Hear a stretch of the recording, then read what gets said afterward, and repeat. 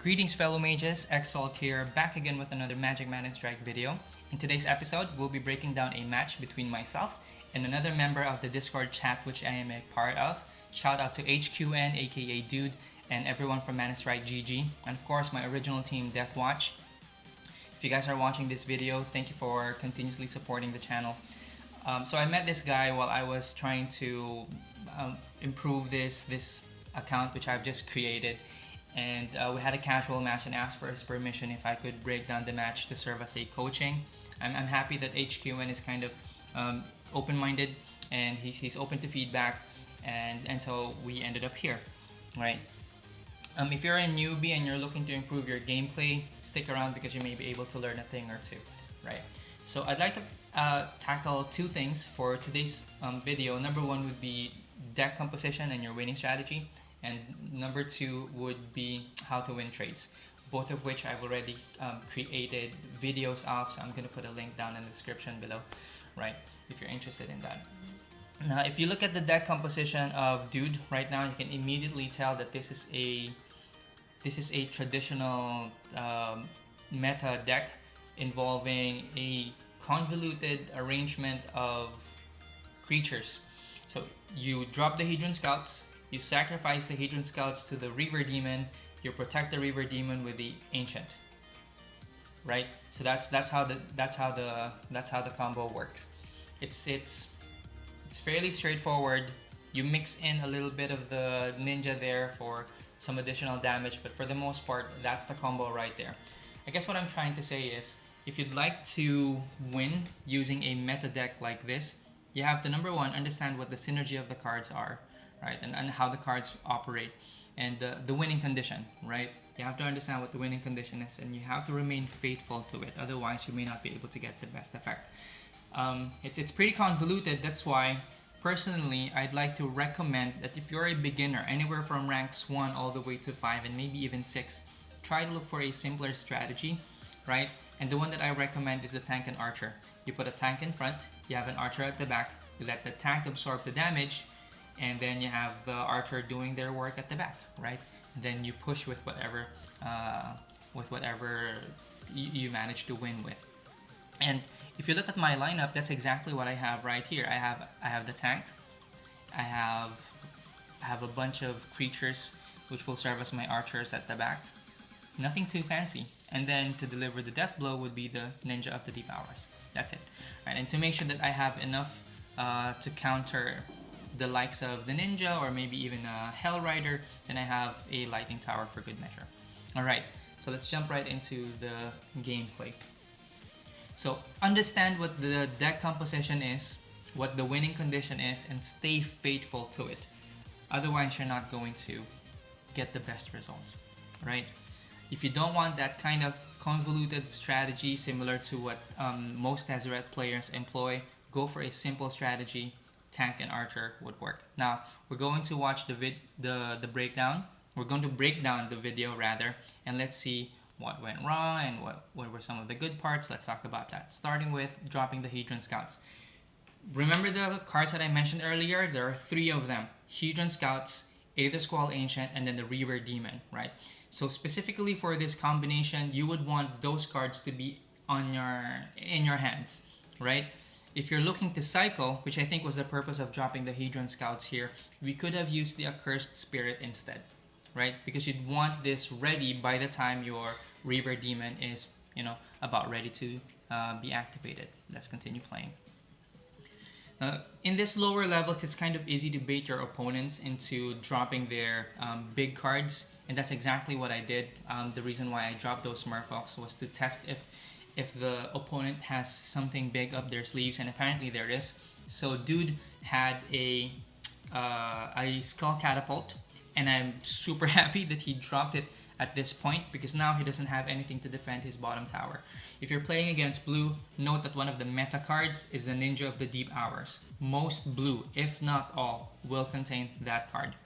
It is super essential. Alright, so now that he doesn't have any tower to block my advancing Ninja, I drop the Ninja, couple that with the Hedron Scouts just for a bit of support.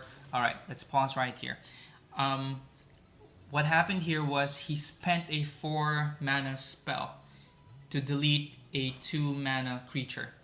So that's not a good trade right there, right? Winning your trades does not necessarily mean just deleting your opponents or your creatures or your opponent's creatures, right?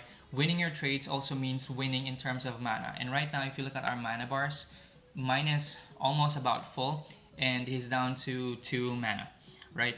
That means I have far more options compared to him. And because he did not have the Hedron Scouts earlier, he was forced to drop this creature to defend the incoming ninja, right? If you understand how the mechanics work, then you'll keep the important cards in your hand, look for an opening, and then drop them one after the other. And the timing is important, especially that the demon has to come before the Aethersquall Ancient. Otherwise, the Aethersquall Ancient will be wasted. It's going to be sacrificed to the demon if you put the demon last. So let's continue watching. Alright, so we have an incoming River Demon. How do we defend against it? Positioning is key, right? So let's stop right there. So I placed a tank right here so that it can absorb the damage coming from the demon. And notice that I did not place a tank right over here because the Aethersquall Ancient produces an area of effect damage. We don't want the Guardian, we don't want the tower getting damaged together with the tank. So I place a tank on the side. So that's positioning 101 right there. Alright, and now he places the Aethersquall Ancient, kind of delayed, but better late than none, I guess. It still manages to cover the demon, and so now we're trying to defend. He places his ninja up top, and looking at my cards at the moment, the only thing that's really that can really help me at the moment would be the Hedron Scouts, right? Don't just hastily drop creatures based on gut instinct or gut feel rather and instinct. Take a look at what's happening at the entire field, alright, and look at make a decision based on what you feel would be most advantageous, but don't take too long, because by the time you make a decision, it might already be too late. Alright, the ninja managed to get a few hits right there. Okay, let's pause right here. I think that's a good circle of pain right there, considering that the ninja is 3 mana plus the Hedron Scouts is 1, and then so that's a total of 4, and then you have your circle of pain, which is also 4, so that's about equal, right? So good circle of pain right there. Although if it were up to me, I would have dropped the Skull Catapult instead. I think that's a better way to defend against the incoming ninja. It'll stop the ninja from reaching the tower. It'll also destroy the Hedron Scouts in one go. His tower is down to 159, and all I have been doing was defending, right? Here's another way to win trades. Understand how the Planeswalker and the creatures work. Tezzeret does not attack airborne creatures, right? So how do you counter him? With a flying creature, right? Then you may want to distract him as well. Although I dropped the merfolks a little too late, but you know, the flying creatures already did their damage. Alright, this is what I'm talking about. I'm not sure if you noticed what happened here up top. So he placed the Aethersquall Ancient prior to the River Demon, and so the River Demon kind of ate the Aethersquall Ancient.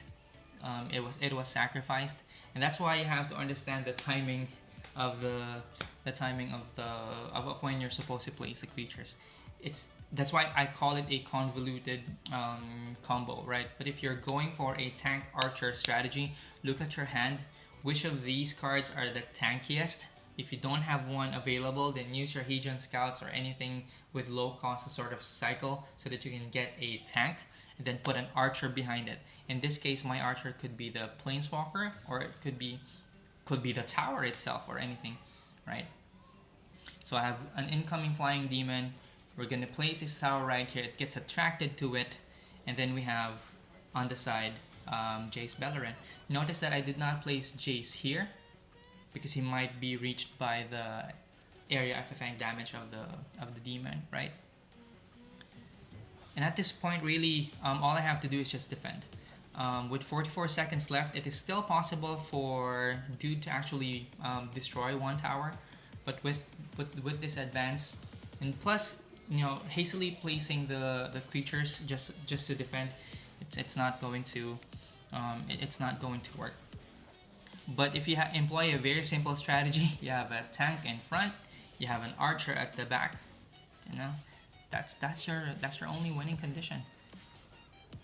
Your winning condition is to make sure that you have something tanky in front. You don't necessarily have to rely on a specific card, right? Also take note of how I position things, right? And understand what the cards are for. This Skull Catapult is meant to prevent creatures that only attack buildings from advancing, such as the Ninja of the Deep Hours. Alright, there you go. And my last point actually is that you have to watch your replays and learn from your mistakes. You know, that's how I learn, and hopefully, you know, that works for you too. The game requires that you have knowledge about the cards, knowledge about the effects. Alright, so it's going to take a while, especially if you've just started the game. Right, so be patient with yourself. Alright, dude, I hope you learned something, and hopefully the video helps, right? And for everyone else who's watching this, who made it this far, thank you very much for the support. Give the video a thumbs up and consider subscribing if you found the video helpful. If you have something you'd like to watch in the future, maybe a content you'd like to request, make sure to put that in the comments section as well. Alright, I'll see you in the next one. Excel signing off. Stay healthy, by the way. Stop touching your face. Peace.